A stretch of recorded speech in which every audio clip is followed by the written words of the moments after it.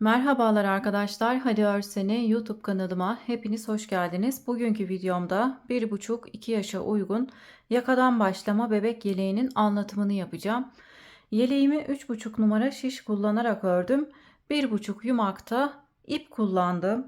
İpim 100 gramı 250 metre uzunluğunda olan Kartopu Baby One. Bu renkte örmek isterseniz de renk kodu K1353.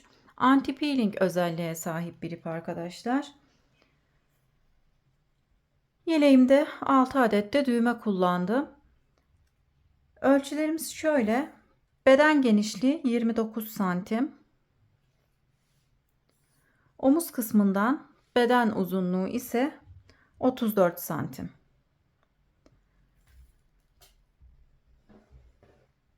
Yeleğimizi bir de yakından görün arkadaşlar.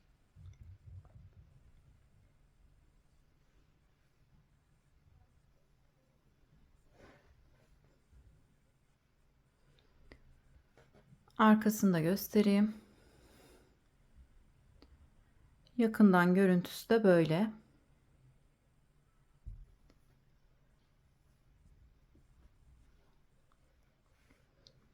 Kanalıma abone değilseniz ücretsiz olarak abone olabilirsiniz.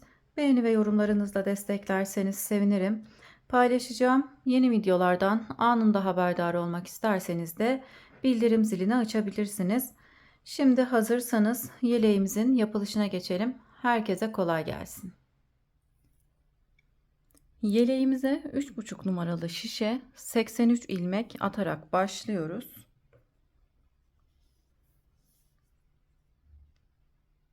Sıra başında ilk ilmeği örmeden alıyorum.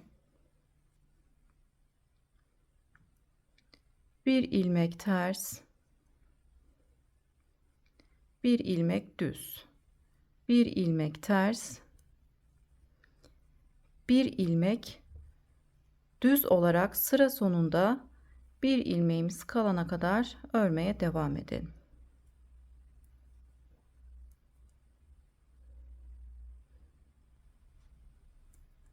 Sıra sonunda bir ilmeğim kalana kadar ilmeklerimi bir ters bir düz olarak ördüm. Sondaki ilmeği düz olarak örüp diğer yüze geçiyorum. Sıra sonunda düz olarak örmüş olduğumuz ilmeği sıra başında örmeden alıyoruz.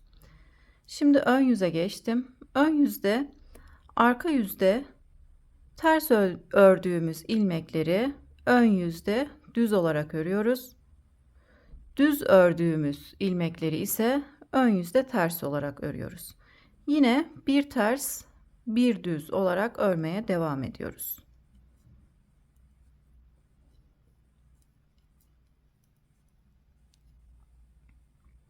Yakasına bir ters bir düz olarak 7 sıra öreceğiz. Şimdi yakamızı 7 sıraya tamamlayalım. Sıra sonundaki ilmeği düz olarak örelim. Sıra başında örmeden alalım. 7 sıra örüp gelelim.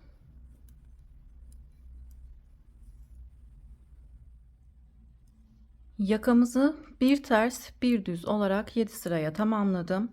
Şimdi ayrımlarımızı yapacağız arkadaşlar. Önler 16 ilmek, kollar 11 ilmekten oluşuyor. Arkası ise 25 ilmek.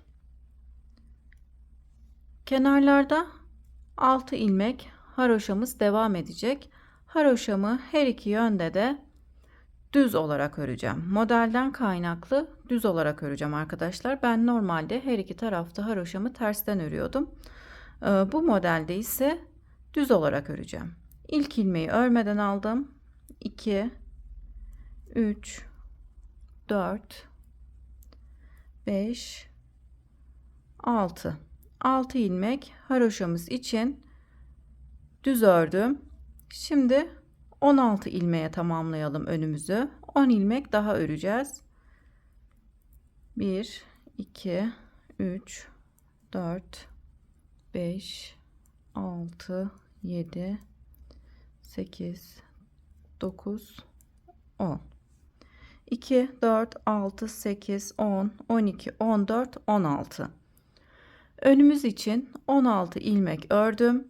Şimdi burada olan bir ilmeğin her iki kenarında da artırma yapacağız.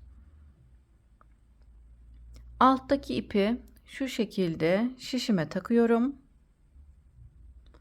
Sağa doğru düz olarak örüyorum. Ortada olan ilmeğimizi düz olarak örüp sol kenarına da yine artırma yapacağım. Bu defa şişimle önden alttaki ilmeğe girip sol tarafa doğru düz olarak örüyorum. Aralarda olan bir ilmeğimizin her iki kenarına her ön yüzde birer ilmek artırma yapacağız. Artırmalarımız robamız boyunca devam edecek. Aralarda birer ilmeğimiz olacak. Önler 16 ilmek. Şimdi kolumuz için 11 ilmek düz öreceğim. 1, 2, 3,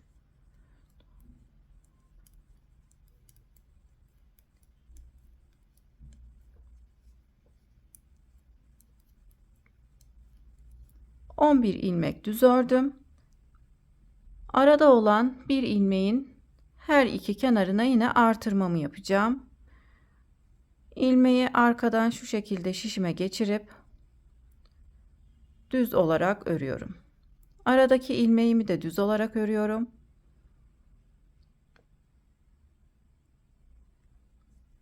Önden, bu defa önden alttaki ipi şişime geçirip düz olarak örüyorum. Arada olan bir ilmeğin hem sağına hem de soluna birer ilmek artırma yapmış oldum. Şimdi arkada olan 25 ilmeğimi düz olarak öreceğim.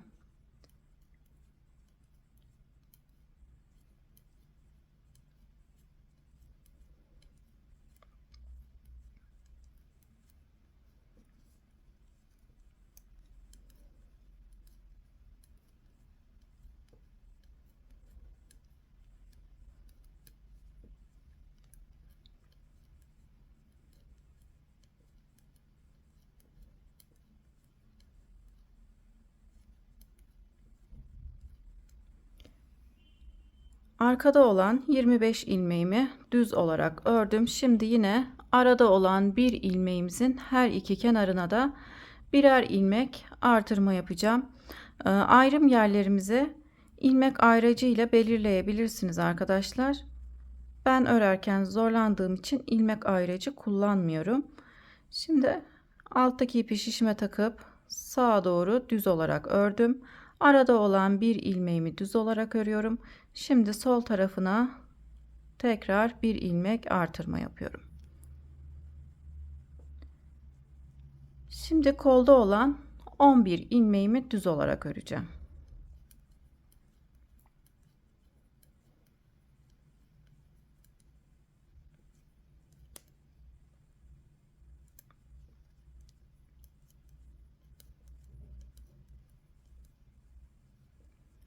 Bir ilmek düz olarak ördüm. Buradaki ilmeğimin hem sağına hem de soluna birer ilmek artırma yapacağım. Arkadan ilmeğime girip sağa doğru ilmeğimi düz olarak örüyorum. Aradaki ilmeğimi düz olarak örüp sol tarafına bu defa önden ilmeğin içerisine girip sol tarafa doğru düz olarak örüyorum. Aralarda bir ilmeğimizin hem sağına hem de soluna her ön yüzde birer ilmek artırma yapıyoruz. Artırmalarımız robamız boyunca devam edecek. Şimdi 10 ilmek düz öreceğim. 1, 2, 3,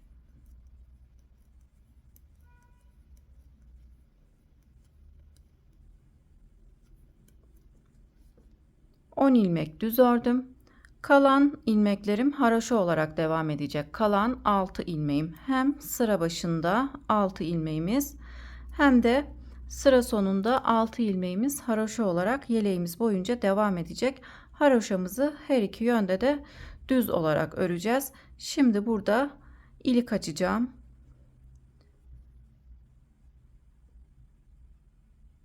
Bir ilmek düz ördüm. 2 ilmeği birlikte örerek kesiyorum. Alttaki ipi şişime takıp yine bu ilmeğimi de düz olarak örüyorum. 3 ilmeğim kaldı. 3 ilmeğimi düz olarak örüp sıramı tamamlıyorum. Sol tarafımıza ilk iliğimizi açtık. 6 ilmek üzerine iliğimizi açtık. 2 ilmeği kestik. 1 ilmek artırma yaparak buraya 1 ilmek açmış olduk. Şimdi arka yüze geçiyorum. Lastik kısmından sonra ilk sıramızı ördük. Şimdi ikinci sıradayız. İkinci sıramızı ters olarak öreceğiz. İlmeklerimizin tamamını ters olarak öreceğiz. İlk 6 ilmeğimizi düz olarak örüyoruz arkadaşlar. Pardon. Pat kısmımızda olan ilmekleri düz olarak örüyoruz. İlk ilmeği örmeden aldım. 2, 3, 4, 5, 6. 6 ilmek düz ördükten sonra diğer ilmeklerimizi ters olarak öreceğiz. Sıra sonunda 6 ilmeğimiz kalana kadar ilmeklerimizi ters olarak örelim. Sıra sonunda 6 ilmeğim kalana kadar ilmeklerimi ters olarak ördüm. İpimi arkaya aldım. Kalan 6 ilmeğimi düz olarak örüyorum. Her iki yönde de haroşa olması için düz olarak örüyorum. Sondaki ilmeği de düz olarak örüp sıramı tamamladım. Şimdi lastik kısmından sonra 3. sıradayım. Yine ön yüzdeyiz. Aralarda olan bir ilmeğimizin her iki kenarına artırmalarımızı yapacağız. 6 ilmek düz örüyorum.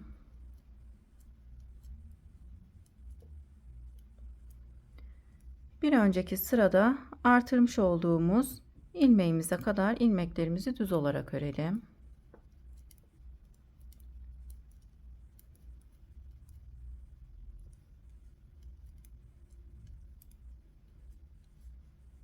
Bir önceki sırada artırmış olduğumuz ilmek kendisini belli ediyor arkadaşlar.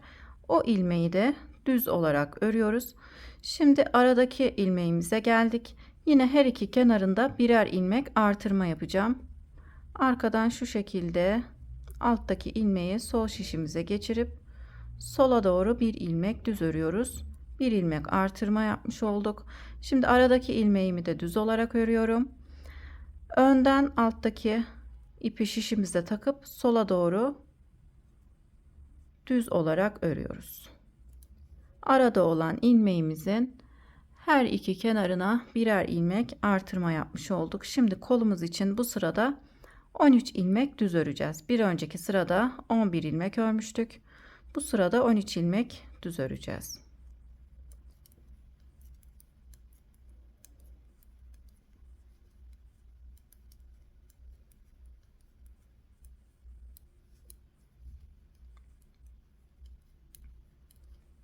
Bir önceki sırada artırmış olduğumuz ilmekle 13 ilmek düz ördüm. Şimdi yine arada olan ilmeğimizin her iki kenarına artırmalarımızı yapalım. Hem sağına hem soluna birer ilmek artırma yapıyoruz.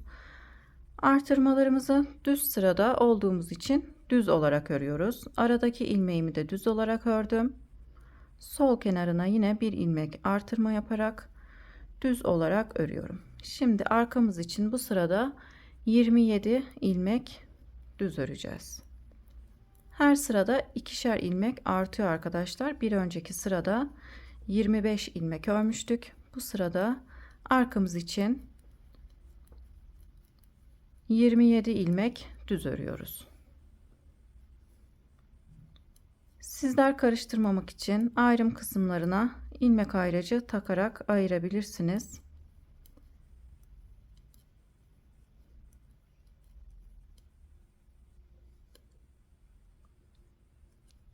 Bir önceki sırada artırmış olduğum ilmeğime kadar geldim. O ilmeğimi de yani 27. ilmeğimi de düz olarak örüyorum. Şimdi arada olan ilmeğimin her iki kenarına yine artırmamı yapıp düz olarak örüyorum.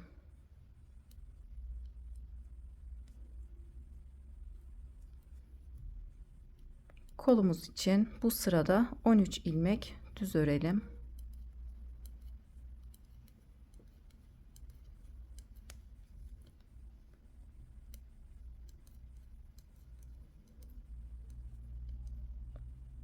Bir önceki sırada artırmış olduğum ilmeği de düz olarak ördüm. Yine arada olan ilmeğimin her iki kenarına birer ilmek artırmamızı yapalım.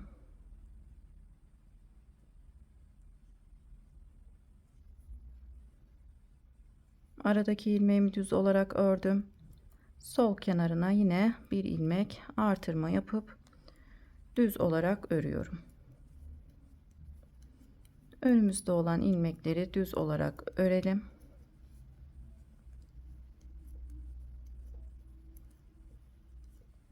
Kalan 6 ilmeğimi yine düz olarak öreceğim. Arka yüzde de düz olarak örüp haroşa elde etmiş olacağım arkadaşlar. Modelden kaynaklı haroşamı bu yeleğimde her iki yönde de düz olarak örüyorum. Şimdi arka yüze geçtim. Lastik kısmından sonra 3 sıra ördük arkadaşlar. Şimdi 2 sıra haroşa öreceğiz. Haroşamı yine her iki yüzde de düz olarak öreceğim. Yani 4. sıramızda bütün ilmeklerimizi düz olarak öreceğiz. İlk ilmeği örmeden aldım. Kenarda olan 6 ilmek pat ilmeklerimi düz olarak ördüm. Diğer ilmeklerimi de düz olarak örüyorum. Ön yüze ters olarak gelmesi için arka yüzde düz olarak örüyorum. Hem ön yüzde hem de arka yüzde ilmeklerimi düz olarak öreceğim. 3 sıradan sonra 2 sıra haroşa öreceğiz arkadaşlar. 3 sıramızı tamamladık. Şimdi 2 sıra haroşa örüyoruz. Ön yüzde yine artırmalarımızı yapacağız.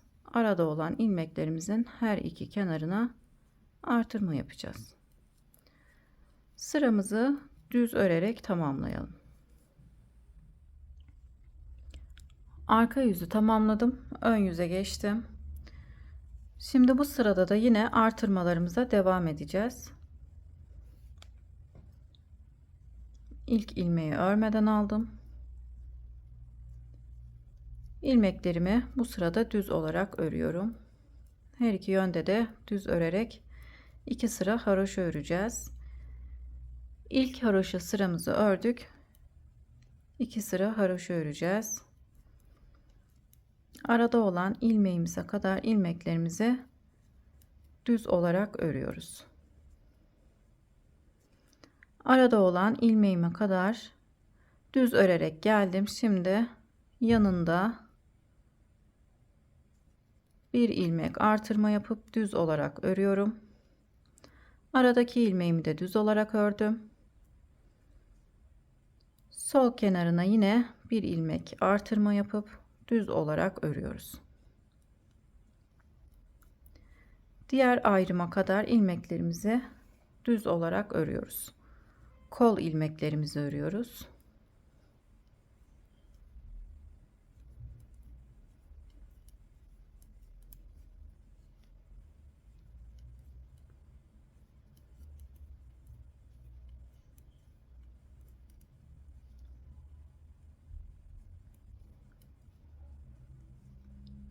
Arada olan ilmeğime kadar ilmeklerimi düz olarak ördüm. Aradaki ilmeğimin sağ kenarına artırma yapıp düz olarak örüyorum. Aradaki ilmeğimi düz olarak örüp yine sol kenarında artırma yapıp düz olarak örüyorum. Şimdi arkada olan ilmeklerimi düz olarak örüyorum.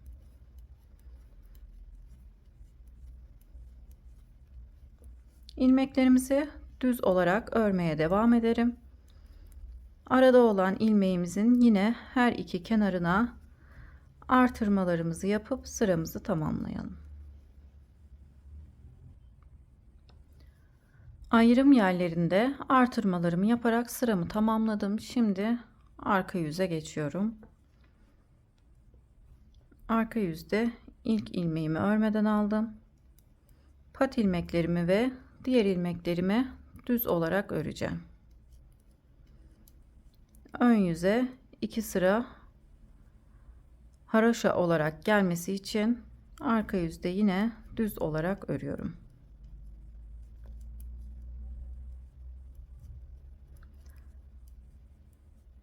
Arka yüzde ilmeklerimizin tamamını düz olarak örüp sıramızı tamamlayalım.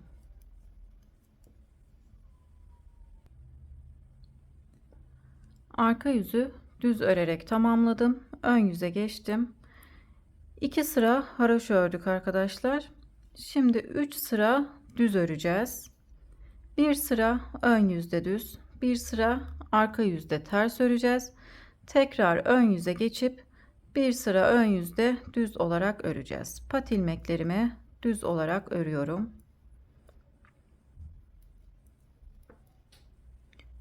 3 6 ilmek pat ilmeğimizi düz olarak ördüm. Şimdi yine diğer ilmeklerimi de düz olarak örüyorum. Ayrım kısmımıza kadar ilmeklerimizi düz olarak örelim.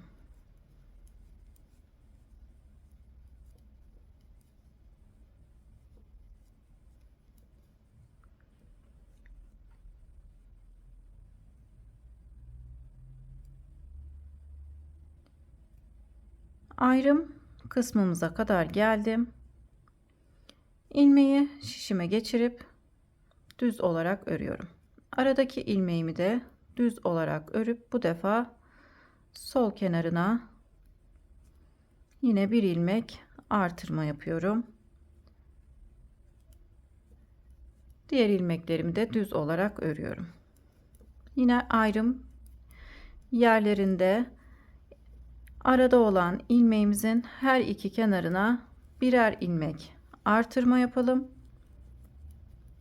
Diğer ilmeklerimizi de düz olarak örüp sıramızı tamamlayalım. Artırmaları yaparak sıramı tamamladım. Şimdi arka yüze geçiyorum. 2 haroşadan sonra bir sıra ön yüzde ördüm arkadaşlar. Şimdi arka yüzde de ters olarak öreceğim ikinci sırayı. Kenarda olan 6 ilmek haroşamızı düz olarak örüyoruz. İpimi öne aldım. Diğer ilmeklerimi ters olarak örüyorum. Sıra sonunda 6 ilmeğimiz kalana kadar ilmeklerimizi ters olarak örelim. Bütün ilmeklerimizi ters olarak örüyoruz. Sıra sonunda 6 ilmek kalana kadar ilmeklerimizi örelim. Sıra sonunda 6 ilmeğim kalana kadar ilmeklerimi ters ördüm. Kalan 6 ilmeğimi düz olarak örüp arka yüzü tamamladım. Şimdi ön yüze geçiyorum. 2 sıra haroşadan sonra 2 sıra ördük arkadaşlar. Bir sıra ön yüzde düz, bir sıra da arka yüzde ters ördüm. Şimdi bir sıra daha ön yüzde düz örüp 3 sıraya tamamlayacağız. Arka yüzde modelimizi kuracağız.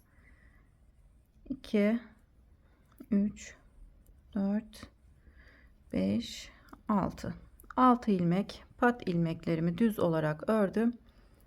Yine ilmeklerimi düz olarak örüyorum. Arada olan ilmeğimize kadar ilmeklerimizi düz olarak örüyoruz.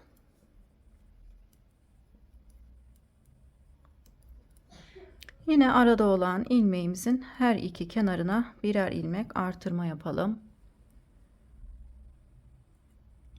Sağ kenarına artırmamı yaptım. Düz olarak örüp aradaki ilmeğimi de düz olarak ördüm. Yine sol kenarına bir ilmek artırma yapıyorum.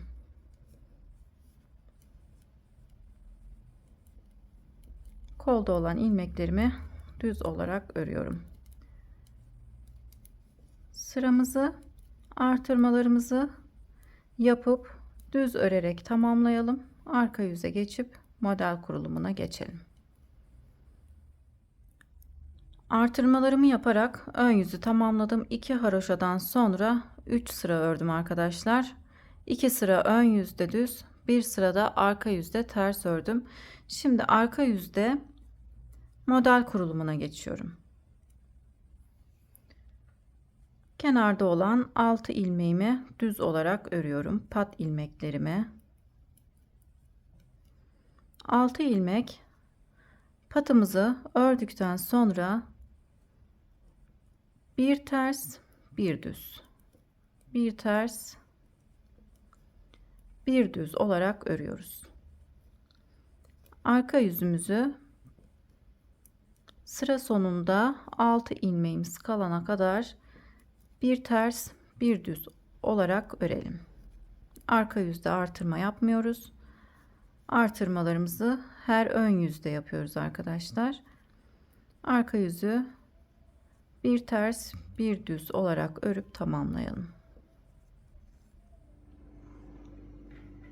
Sıra sonundaki 6 ilmeği düz olarak örüp sıramı tamamladım. Şimdi modelde ikinci sırayı örmeye geçiyorum.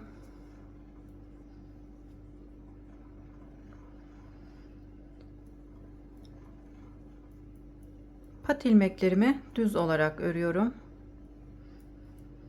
3 6 ilmek ördükten sonra modelimizin ikinci sırasında düz ilmekleri ters, ters ilmekleri düz olarak örüyoruz. Düzleri ters, tersleri düz örüyoruz.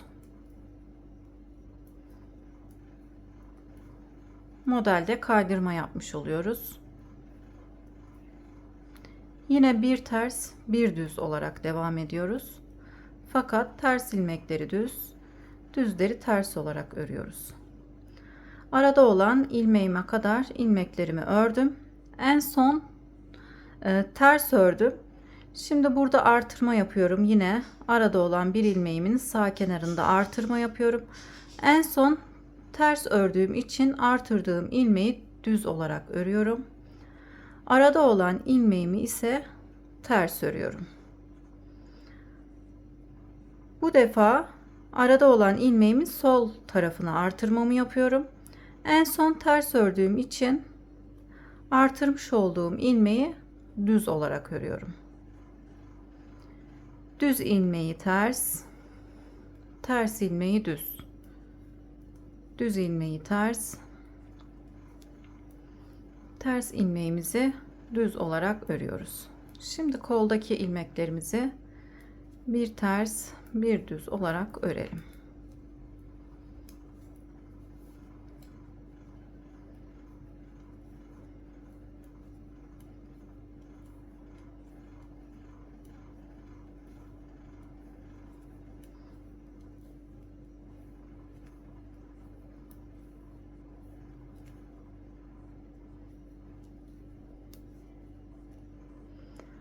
Arada olan ilmeğime kadar ilmeklerimi bir ters bir düz olarak ördüm. Yine en son ters ilmek ördüm.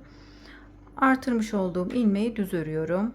Arada olan ilmeğimi ters, tekrar aradaki ilmeğimin sol tarafına artırma yapıp düz olarak örüyorum.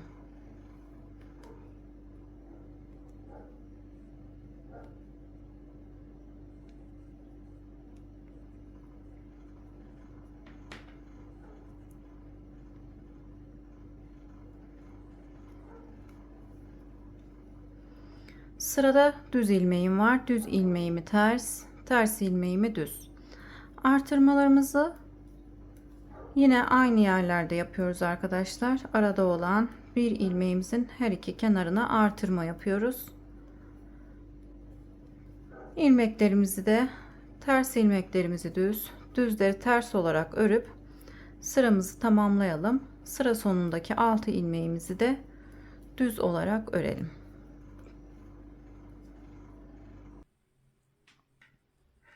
Modelin ikinci sırasını yine bir ters bir düz olarak ördüm. Kalan 6 ilmeğimi düz olarak örüp sıramı tamamladım. Şimdi modelde 3. sırayı örmeye geçiyorum. Arka yüzdeyim. Modelimiz 3 sıradan oluşuyor. Bir ters bir düz olarak örüyoruz. İlk ilmeği örmeden aldım. 2 3 4 5 6. 6 ilmek düz ördüm. Şimdi düz ilmeğime yine ters, tersi düz. Düzü ters, tersi düz olarak örüyoruz. Modelde her sırada kaydırma yapıyoruz. 3 sırada modelimizi tamamlıyoruz. Arka yüzde modelimizin 3. sırasını bir ters, bir düz olarak örüp sıramızı tamamlayalım.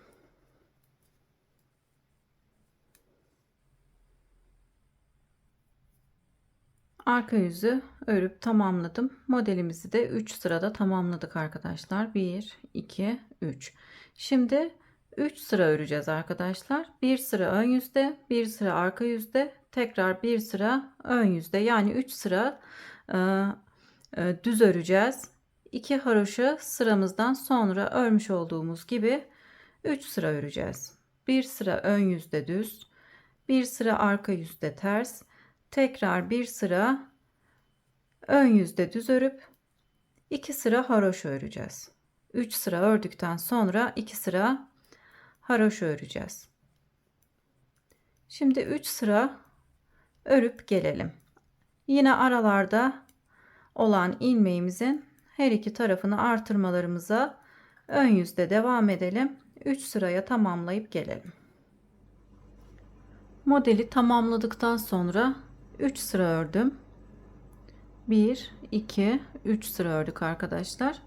Kenar haroşamızı ise her iki yönde düz olarak örüyoruz. Şimdi arka yüze geçiyorum. 2 sıra yine burada olduğu gibi haroşa öreceğiz. Haroşamızı her iki yönde düzden örüyoruz.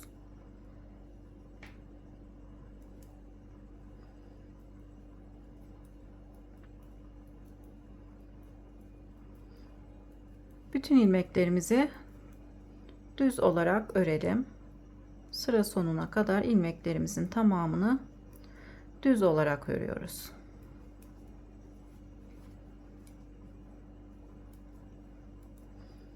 Düz örerek sıramızı tamamlayalım. Arka yüzü düz örerek tamamladım. Şimdi ön yüze geçtim. Ön yüzümüzde yine düz olarak örüyoruz. Arka yüzde artırma yapmadan her ön yüzde arada olan bir ilmeğimizin her iki kenarına da artırmalarımızı yapıyoruz. Arada olan ilmeğime kadar ilmeklerimi düz olarak örüyorum.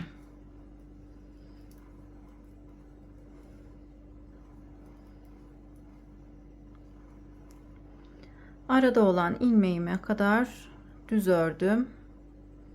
Burada bir ilmek artırmamı yapıp arada olan ilmeğimi düz olarak örüyorum. Yine aradaki ilmeğimizin sol tarafına artırmamı yapıyorum. Kolda olan ilmeklerimi düz olarak örüyorum. Artırmalarımızı yaparak düz örmeye devam edelim.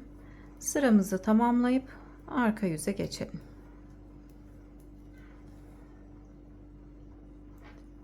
Ön yüzü tamamladım. Şimdi arka yüze geçtim. Arka yüzde ilmeklerimizin tamamını düz olarak örüyoruz. Arka yüzde artırma yapmadan bütün ilmeklerimizi düz olarak örüp sıramızı tamamlayalım.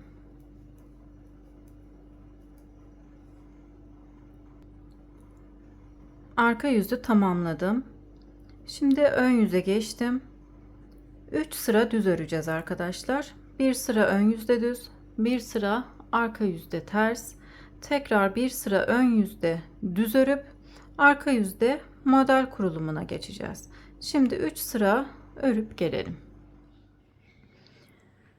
2 haroşa sırasından sonra 3 sıra örüp tamamladım. İlmek sayım arttığı için de misinalı şişe geçtim.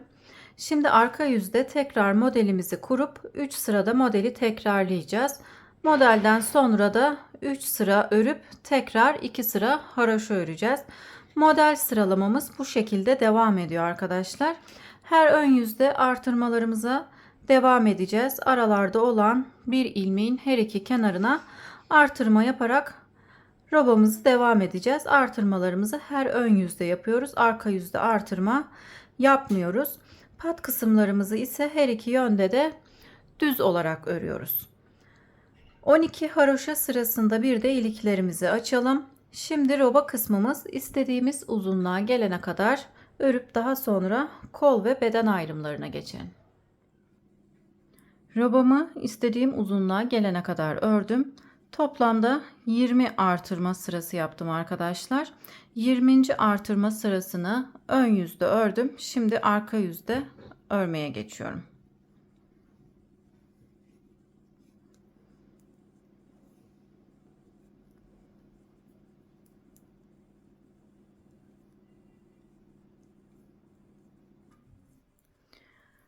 Arka yüzde ilmeklerimizi tam buradaki arada olan bir ilmeğimize kadar ilmekleri düz olarak örelim.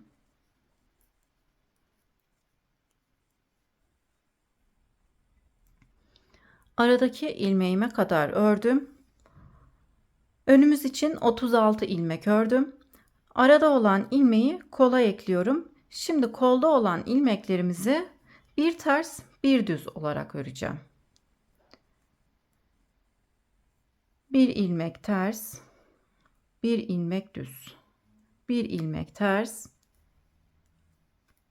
bir ilmek düz olarak yine burada arada olan ilmeğimize kadar ilmeklerimizi bir ters bir düz olarak örelim. Kolda 4-5 sıra bir ters bir düz olarak ördükten sonra kolu keseceğiz.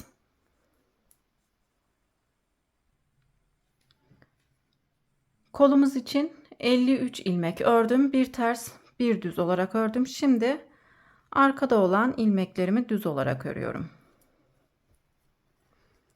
Arada olan bir ilmeğimizi kola ekledim.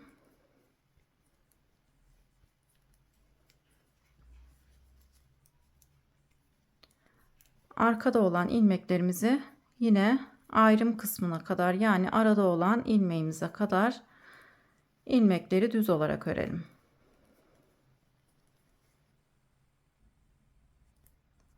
Arada olan ilmeğime kadar ilmeklerimi düz olarak ördüm. Aradaki ilmeğimi kola ekliyorum. Şimdi yine kolda olan ilmeklerimizi bir ters bir düz olarak öreceğiz. Bir ters bir düz olarak kolda olan ilmeklerimizi örelim. Kolda olan ilmeklerimi bir ters bir düz olarak ördüm. Yine arada olan ilmeği kola ekledim. Kolumuzda toplamda 53 ilmeğimiz var. Şimdi ön parçada olan ilmeklerimi düz olarak örüyorum.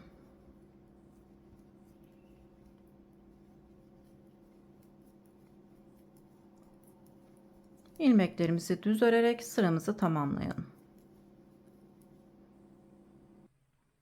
Arka yüzü düz örerek tamamladım. Şimdi önümüzde olan 36 ilmeği düz olarak öreceğim. Daha sonra kolda olan ilmeklerimizi yine bir ters bir düz olarak öreceğiz.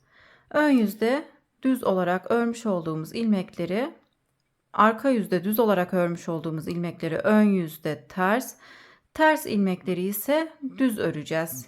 Yine kolumuzu bir ters bir düz olarak öreceğiz. 53 ilmek bir ters bir düz olarak ördükten sonra arkada olan ilmeklerimizi düz olarak örelim. Modelde haroşa sırasında olduğumuz için ilmeklerimizi düz olarak örüp daha sonra kolda olan ilmeklerimizi yine bir ters bir düz olarak örelim. Önde olan ilmekleri ise haroşa sırasında olduğumuz için düz olarak örüp sıramızı tamamlayalım. Kolumuz 4-5 sıra bir ters bir düz olana kadar örelim arkadaşlar. Kolumuzu örelim. Daha sonra kolları kesip beden örmeye geçelim. Kol için bir ters bir düz olarak 4 sıra ördüm. Şimdi arka yüze geçtim. Arka yüzde pat ilmeklerimi düz olarak ördüm. 2 haroşadan sonra düz sırada olduğum için arka yüzde ters örerek geldim. Önümüz için toplamda 36 ilmek ördüm. Şimdi kolumuzda olan ilmekleri hem örüp hem keseceğim. Bir ilmek ters ördüm. Düz ilmeğimi düz olarak örüyorum. Bir önceki ilmeği üzerinden geçirerek kesiyorum. Ters ilmeğimi ters olarak ördüm. İpimi arkaya aldım. Bir önceki ilmeği üzerinden geçirerek kesiyorum. Düz ilmeğimi düz olarak örüyorum. Bir önceki ilmeği üzerinden geçirerek kesiyorum. Ters ilmeğimi ters olarak örüp ipimi arkaya aldım. Bir önceki ilmeği üzerinden geçirerek kesiyorum. Düz ilmeklerimizi düz, ters ilmekleri ters olarak örüp örmüş olduğumuz bir önceki ilmeği üzerinden geçirerek kesiyoruz. Kolumuzda olan 53 ilmeğimizi bu şekilde hem örüp hem keselim. Kolda olan ilmekleri hem örüp hem kestim. Toplamda kolumuz için 53 ilmek kestim. Şimdi arkamızda 65 ilmeğimiz var. İlmekleri ters olarak örüyorum.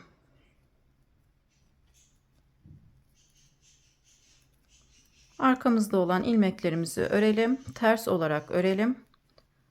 Kolda olan ilmekleri kesmeye geçelim. Arkada olan ilmekleri ters olarak ördüm. Şimdi kolda olan ilmeklerimi yine hem örüp hem kesiyorum. Bir ilmek ters ördüm, bir ilmek düz örüyorum. Ters ördüğüm ilmeği düz ördüğüm ilmeğin üzerinden geçirerek kesiyorum. Bir ilmek ters örüp bir önceki ilmeği üzerinden geçirerek kesiyorum. Bir ilmek düz örüp bir önceki ilmeği üzerinden geçirerek kesiyorum. Kolda olan 53 ilmeğimizi bu şekilde hem örüp hem keselim.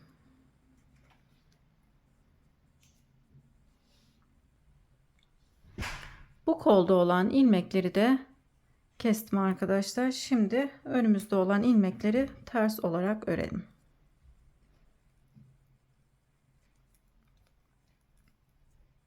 Sıra sonunda 6 ilmeğimiz kalana kadar ilmeklerimizi ters olarak örelim. Kalan 6 ilmeği düz olarak örüp sıramızı tamamlayalım. Arka yüzü tamamladım. Ön yüze geçtim. Düz sırada olduğum için ilmeklerimi düz olarak ördüm. Şimdi herhangi bir artırma ya da eksiltme yapmadan arkada olan ilmeklerimi örmeye geçiyorum. Bir sonraki sırada buradaki uzayan ipimizle 2 ilmek artırma yapacağız. Bu sırada artırma yapmadan arkada olan ilmeklerimizi örmeye geçiyoruz. Şimdi arkada olan ilmeklerimizi düz olarak örelim. Arkada olan ilmeklerimi düz olarak ördüm. Şimdi önde olan ilmeklerimi örmeye geçiyorum. Önde olan ilmeklerimizi düz olarak örüp sıramızı tamamlayalım.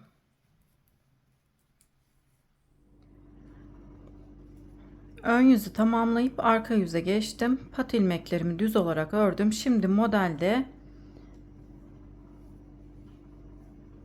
pirinç örgü modelindeyiz arkadaşlar. O yüzden ilmeklerimi bir ters bir düz olarak örüyorum bu sırada.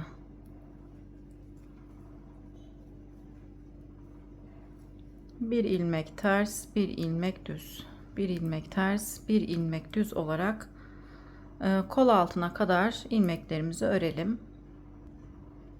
Bir ilmek ters, bir ilmek düz örerek kol altına geldim. En son bir ters, bir düz ördüm. Şimdi ters öreceğim.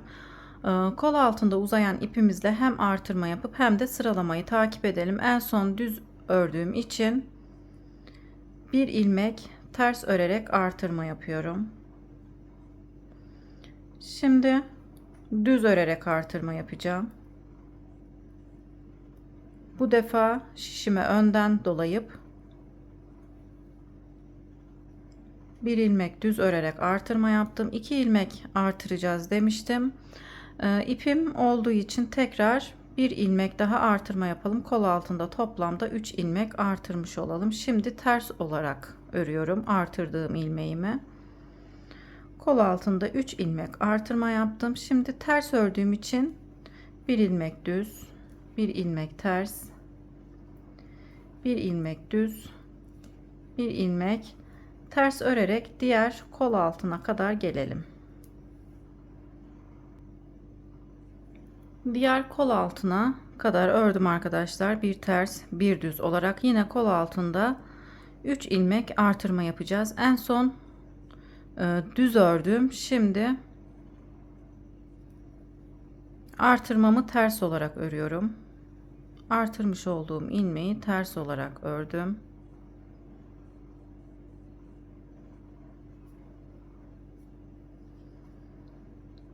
Bir ilmek düz örüyorum. Bir ters, bir düz olarak ördüğümüz için ikinci artırmamızı düz olarak örüyoruz. Şimdi bir ilmek ters olarak örüyorum. Bu defa şişime arkadan dolayıp ilmeği ters olarak örüyoruz. En son ters ördüğüm için bir ilmek düz, bir ilmek ters örmeye devam ediyorum.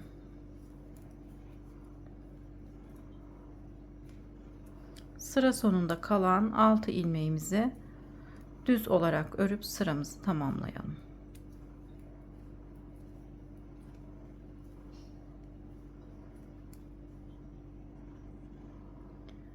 Arka yüzü tamamlayıp ön yüze geçtim. Modelimde pirinç örgü sırasındayım arkadaşlar. İkinci sırayı öreceğim pirinç örgü modelimizde.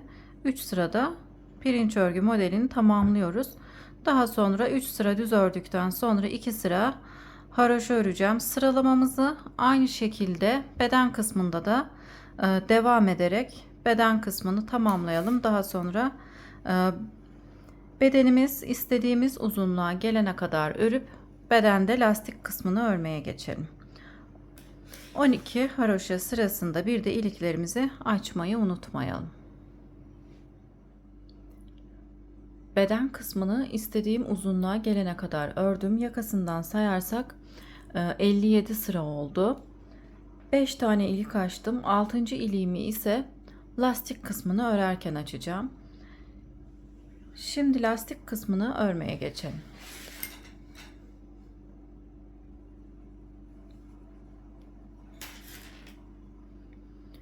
Arka yüzde lastik kısmımızı örmeye başlıyoruz. Kenar haroşamız yine aynısı gibi devam edecek. 6 ilmek haroşa öreceğiz. Daha sonra bir ilmek ters, bir ilmek düz, bir ilmek ters, bir ilmek düz. Yine sıra sonundaki pat kısmımızda haroşa olarak devam edecek. Pat kısımlarımızı haroşa olarak örelim. Arada kalan ilmekleri ise 8-9 sıra lastik öreceğiz. Bir ters bir düz olarak lastik örelim. 6. iliğimizi ise lastik kısmında açacağız.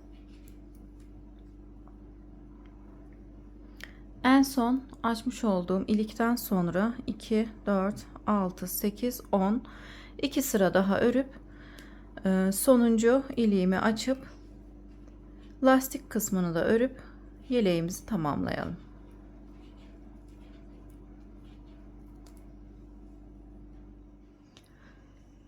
Lastik kısmını 8 sıra bir ters bir düz olarak ördüm. Kolları kesmiş olduğumuz gibi lastik kısmını da kesiyorum. Düz ilmeğimi düz olarak örüp bir önceki ilmeği üzerinden geçirerek kesiyorum. Ters ilmeğimi ters örüp yine bir önceki ilmeği üzerinden geçirerek kesiyorum. Kollarımızı kesmiş olduğumuz gibi bu kısmı da kesip yeleğimizi tamamlıyoruz. Buradaki haroşa ilmeklerimizi de yine düz olarak örüp kesiyoruz. İlmeği düz örüp bir önceki ilmeği üzerinden geçirerek kesiyoruz.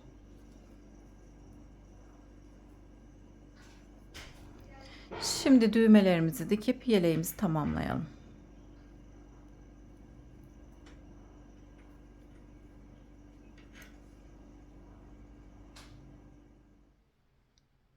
Yeleğimize düğmelerini dikip yeleğimi tamamladım. 6 adet düğme diktim. Yeleğimizin önden görüntüsü böyle. Arkası da böyle arkadaşlar. Çok kullanışlı, çok da güzel bir bebek yeleği oldu. Beni izlediğiniz için teşekkür ederim. Yeni örgü videolarımda görüşmek üzere. Şimdilik hoşça kalın.